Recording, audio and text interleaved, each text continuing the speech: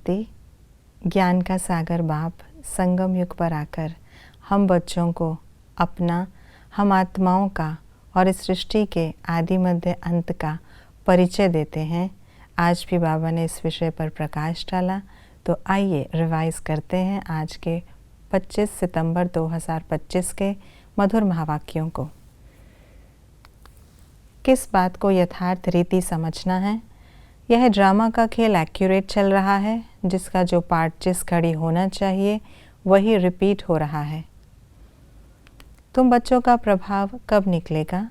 जब योग में मजबूत होंगे। बाप कब आते हैं?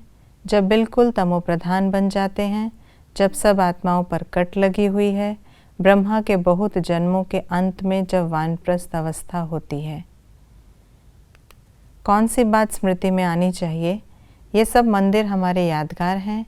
हम अब लक्ष्मी नारायण बन रहे हैं, फिर सीढ़ी नीचे उतरते आए, अब फिर हम घर जाकर राम राज्य में आएंगे। पीछे रावण राज्य होता है, फिर हम वाम मार्ग में चले जाते हैं। अशांत अक्षर कब कहा जाता है? जब दुख होता है। ज्ञान की बातों में किनका अटेंशन जाएगा? जो हमारे ब्राह्मण कुल के होंगे। सेवाओं में सफलता मूर्त बनने के लिए किन दो बातों को ध्यान में रखना है? संस्कारों को मिलाने की यूनिटी, स्वयं भी सदा संतुष्ट रहो और दूसरों को भी संतुष्ट करो। दुआएं लेने का साधन क्या है? आत्मस्थिति में स्थित होकर अनेक आत्माओं को जियेदान दो। परिवर्तन कब आता है? जब बाप की याद की लगन की अग्नि में पड़ते हैं। संगम युग में क्या होता है? हम आस्तिक बनते, हम एकदम ऊंच बनते, हमारी चढ़ती कला होती, बेहद के बाप से वर्षा लेते, हमारी बुद्धि में सीढ़ी का ज्ञान रहता। गृहस्थ व्यवहार में कैसे रहना है? सहन करना, कमल फूल समान रहना, हंस बगुले साथ रहते, युक्ति से चलना।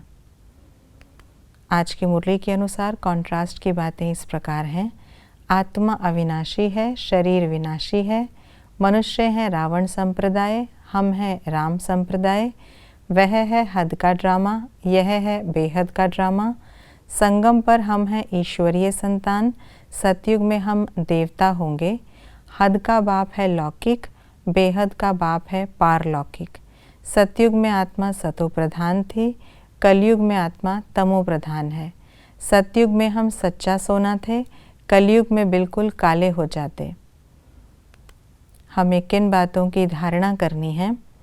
अपने को देह नहीं समझना, ज्ञान तलवार में याद का जौहर भरना, शुरू से लेकर इस चक्र को अच्छी रीति समझना, देह सहित देह के सब धर्मों को त्याग, बाप को याद करना, सदा एक दो में स्नेह की भावना से, श्रेष्ठता की भावना से संपर्क में आना।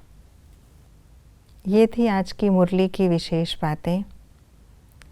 अब इस देह से न्यारे होकर परम धाम जाने का समय है, तो हमें इस देह से न्यारा होने का अभ्यास करना है।